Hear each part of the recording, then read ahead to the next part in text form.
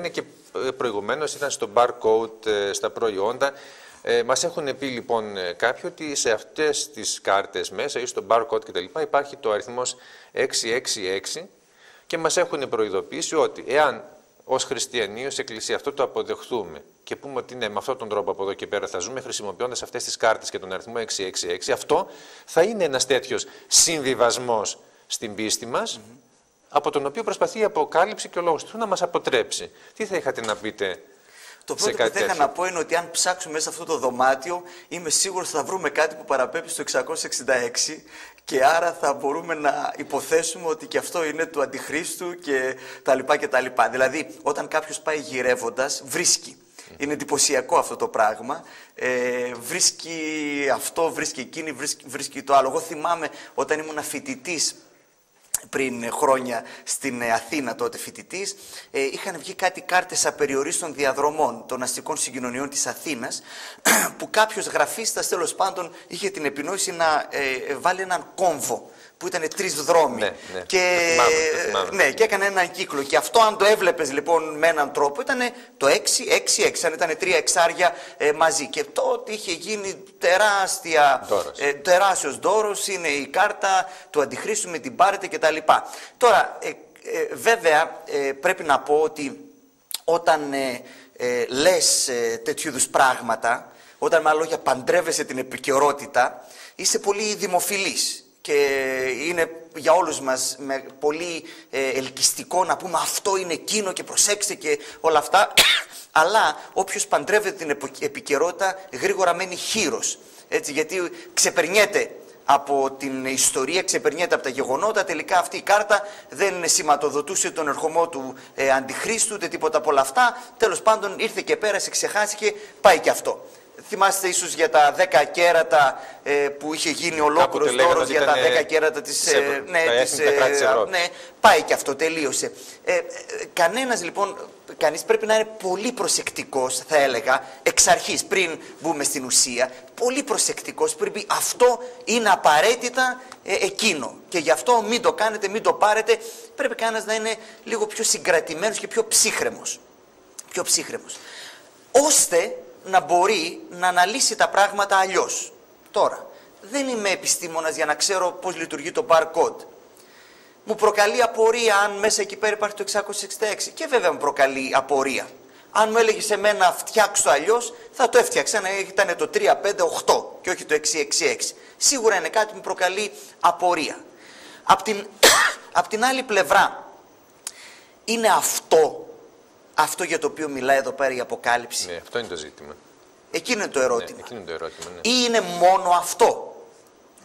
Ή είναι κυρίως αυτό.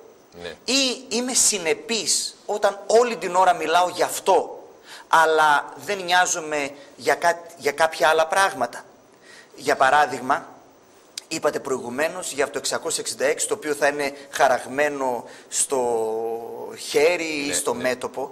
Κανείς πρέπει και εκεί πέρα να σκεφτεί και να πει για μισό λεπτό τι εννοεί εδώ. Και μάλιστα, αν διαβάσει κάποιος λίγο παρακάτω, δηλαδή είμαστε στο 13ο κεφάλαιο της Αποκαλύψεως που μιλάει για τον αριθμό αυτόν που είναι χαραγμένος σε όσους έχουν πάρει αυτόν τον αριθμό, το 666.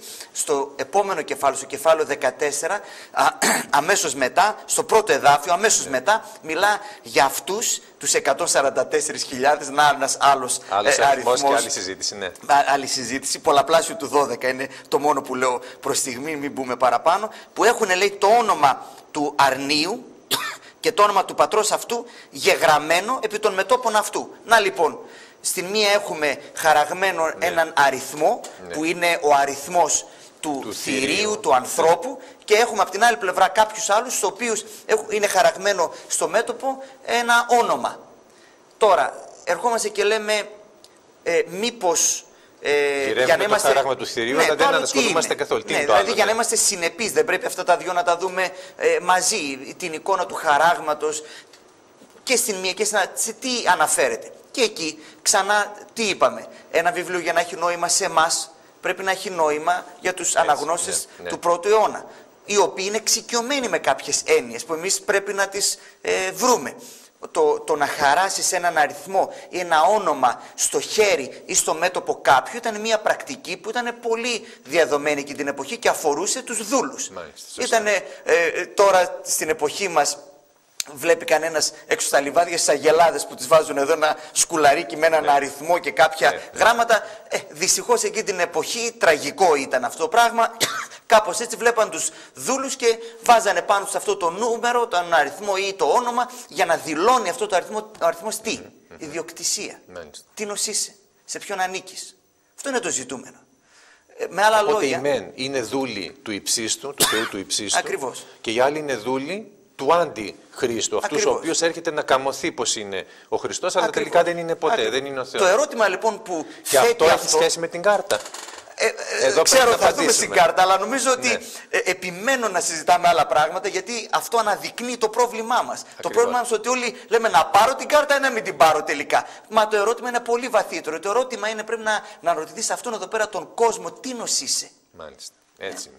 Τι νοσείσαι. Δηλαδή σε όλη μας την υπόλοιπη ζωή δεν ασχολούμαστε με αυτό και ξαφνικά βρίσκουμε ένα αντικείμενο το οποίο γίνεται κάτι σαν μαγικό και αν το πάρω, εγώ θα γίνω ξέρω του αντιχρίστου. Εγώ δεν θα σας πω ούτε να το πάρετε να μην το πάρετε, για να απαντήσω την ερώτηση από πριν. Ο καθένας με τη συνείδησή του ας κάτσει να το αναλύσει και να το βρει. Απλά φωνάζω και επιμένω και λέω, είναι τραγικό για μας, ακόμα και για την Εκκλησία και για τους ανθρώπους της πίστης, να ασχολούμαστε με αυτό και να μην θέτουμε το βασικό ερώτημα. Τι νοσείσαι, ποιον υπηρετείς. Το που ξυπνάς και ξεκινάει η μέρα σου. Τι δούλος είσαι. Ποιανού υποθέσεις είναι το πρώτο πράγμα στη ζωή σου. Ζητάς, όπως λέει αλλού ο Κύριος Ιησούς Χριστός, ζητάς πρώτο τη βασιλεία του Θεού και τη δικαιοσύνη του και όλα τα υπόλοιπα. Ή ξυπνάς και λες τι θα κάνω, πώς θα πάω, τα παιδιά μου, οι δουλειές μου, η υγεία μου, αυτό, εκείνο, το άλλο, η κρίση, Τι βάζεις πρώτο στη ζωή σου. Έτσι. Ναι, αυτό είναι. Λοιπόν, αυτό είναι το ερώτημα. Εκεί είναι η ουσία. Αν απαντήσουμε αυτό το ερώτημα, μετά θα έρθουν και τα υπόλοιπα. Και υποθέτω ότι και στην Εκκλησία εσείς δεν θα βγάλετε κάποια στιγμή ανακοίνωση μην πάρετε την κάρτα, γιατί αυτό είναι που θα μας βγάλει εκτός, ας πούμε, της... Εγώ, επειδή μιλάω για μένα και για την Εκκλησία την οποία επιμένω, χωρίς να θέλω να πω ότι αυτό πρέπει να είναι αυτό που θα πιστέψουν όλοι οι χριστιανοί και να δεχτούν, έγραψα ένα κείμενο, όχι ανακοίνωση, αλλά κάθε Κυριακή έχουμε ένα έντυπο λατρείας και εκεί πέρα πάντοτε γράφω ένα κείμενο σχολιάζοντας διάφορα πράγματα ή μιλώντας για διάφορα πράγματα, και εκεί πέρα στην πραγματικότητα αναδημοσίευσε ένα κείμενο που είχα βρει, το οποίο έλεγε πάνω κάτω τα εξής. Έλεγε τι είναι ο Αντίχριστος και ποιο είναι το πνεύμα του Αντιχρίστου. Πού πρέπει να αναζητήσουμε το πνεύμα του Αντιχρίστου. Το πνεύμα του Αντιχρίστου, αν θέλουμε να το ψάξουμε σήμερα στην κοινωνία μας, πρέπει να το βρούμε σε όλα αυτά τα φαινόμενα που εμείς οι Έλληνες, δυστυχώς και οι άνθρωποι της πίστης και η Εκκλησία, τα ανεχθήκαμε, κλείσαμε το στόμα μας, διαφθορά, χρηματισμός, κλεψιές, ψευτιές, ανηθικότητα. Εκεί είναι το πνεύμα του Αντιχρίστου. Και δυστυχώς δεν είδαμε ποτέ την Εκκλησία, και να μιλήσω για μένα, δεν βγήκα εγώ ποτέ στους δρόμους να διαδηλώσω κατά της διαφθοράς και να απαιτήσω πολιτικούς ακεραιότητας. Δεν το έκανα ποτέ αυτό το πράγμα. Δηλαδή το πνεύμα του Αντιχρίστου τελικά, το ανέχθηκα και όχι μόνο το ανέχθηκα, αυτό που υπόθηκε όλοι τα φάγαμε. Ας μην μείνουμε στην ιστορία, όλοι μπήκαμε σε αυτό το σύστημα. Όλοι πήγαμε και ζητήσαμε ρουσφέτη, όλοι κάναμε ημιυπαίθριους, τους κάναμε και δωμάτια, όλοι αγοράσαμε πράγματα και όταν μας είπανε θέλεις απόδειξη για να μην πληρώσουμε το ΦΠΑ, είπαμε μη μου κόβεις. Όλοι το κάναμε αυτό. Ναι. Όλοι το κάνουμε, κανένας δεν μιλάει γι' αυτό. Αυτό είναι το πνεύμα του Αντιχρίστου. Μάλιστα. Αυτό δηλαδή η διαφθορά, αυτό είναι το σύστημα. Ναι. Γιατί είπαμε, για να μπούμε κι εμείς μόνοι μας θα λύσουμε το πρόβλημα. Μπήκαμε κι εμείς μέσα σε αυτό το σύστημα και τώρα ερχόμαστε εμείς και λέμε μην πάρουμε την κάρτα. Που η κάρτα τέλος πάντων δεν τα καταλαβαίνω.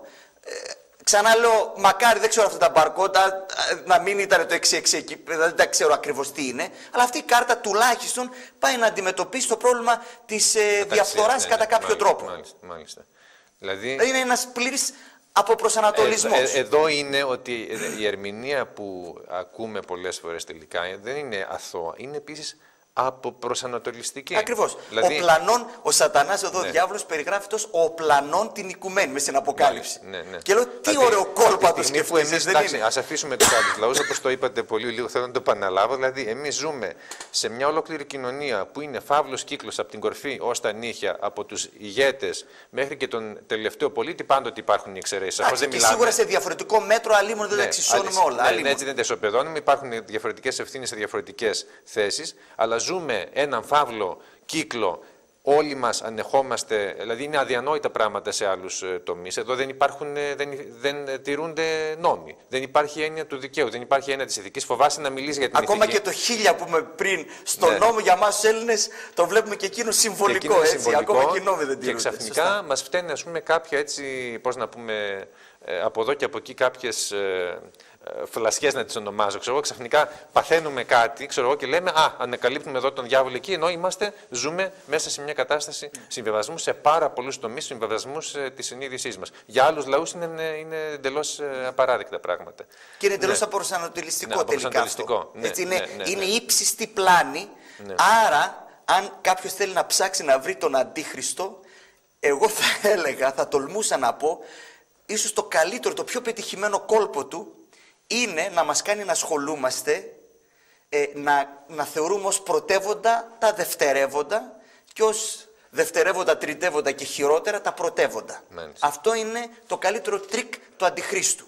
Λοιπόν, αν θέλουμε να μην πάρουμε το χάραγμα του Αντιχρίστου, θα πρέπει να είμαστε προσεκτικοί σε αυτά τα πράγματα. Ποια είναι τα πρώτα πράγματα στην πρώτη θέση? Δηλαδή, ξανά επαναλαμβάνω, ξυπνάω το πρωί, έχω αίσθηση σε ποιον ανήκω, τίνος είμαι, τίνος στις βουλές, υπηρετώ σε αυτόν τον κόσμο, για ποιον ζω, τίνος αρχές ασπάζομαι και πώς ιεραρχώ τα πράγματα στη ζωή μου. Αυτό είναι το ερώτημα. Το κυρίαρχο ερώτημα. Θέλω πριν να πάμε και σε ένα διάλειμμα για διαφημίσεις να πω ήδη για το επόμενο για το οποίο θέλουμε να μιλήσουμε. Δεν έχετε αντίρρηση για να μην χάσουμε και κάτι που είναι σπουδαίο. Είχα στο μυαλό μου να μιλήσουμε για αυτό που λέγεται μεγάλη θλίψη και που ακούμε πάρα πολύ συχνά και θέλω να το συσχετίσω. Μήπως έχει κάποια σχέση με την κρίση που περνάμε εμείς και ο θα μας τιμωρεί ο Θεός δηλαδή. Ο Θεός. Έχω να πω και εγώ μερικά πράγματα για το πώς αντιλαμβάνομαι. Αλλά πρώτα να πάμε σε ένα διάλειμμα για διαφημίσεις και μετά επανερχόμαστε.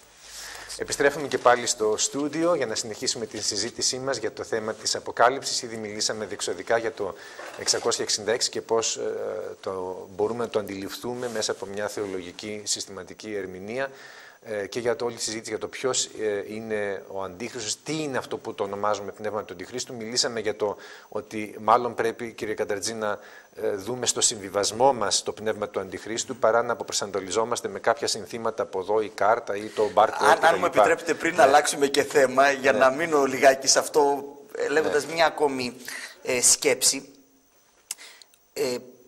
είναι πολύ βολικό για όλους μας να πούμε πώς λύνω το πρόβλημα του συμβιβασμού ή πώς εκπληρώνω το καθήκον της χριστιανικής μου ακερότητας μέσα σε αυτή την κοινωνία.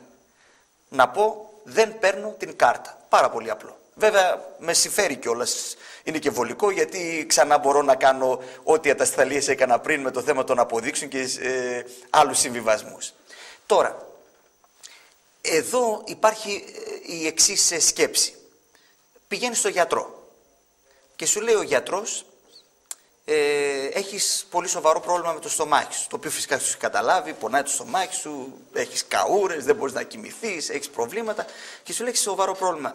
Και σου λέει λοιπόν ο πρώτος γιατρός, πρέπει να αλλάξεις τρόπο διατροφής, πρέπει να αλλάξεις ζωή σου, πρέπει να μην τρως αυτά τα φαγητά, να τρως άλλα φαγητά, πρέπει να κοιμάσαι νωρίς το βράδυ, δεν πρέπει να τρως ποτέ αργά το βράδυ. Τι δουλειά κάνεις? Έχει πολύ στρες, πρέπει να αλλάξεις δουλειά, πρέπει να αλλάξει όλη σου η ζωή.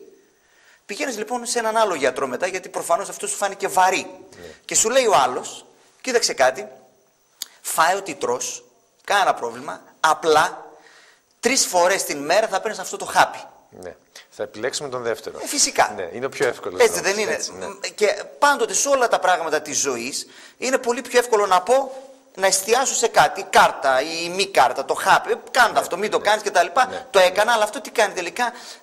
Δεν με βοηθά να στοχαστώ την ζωή μου και να πω τι θέλει ο Θεός από τη ζωή μου. Είναι μόνο αυτό. Επαναλαμβάνω, εγώ δεν θα πω στους ακροατές μας πάρτε την, μην την πάρετε ή κάντε το ή μην το κάνετε, ούτε θα μπω σε αυτή τη διαδικασία. Απλά λέω, προσέξτε, ας προσέξουμε ότι τα πράγματα είναι πολύ πιο διευρυμένα και βαθιά.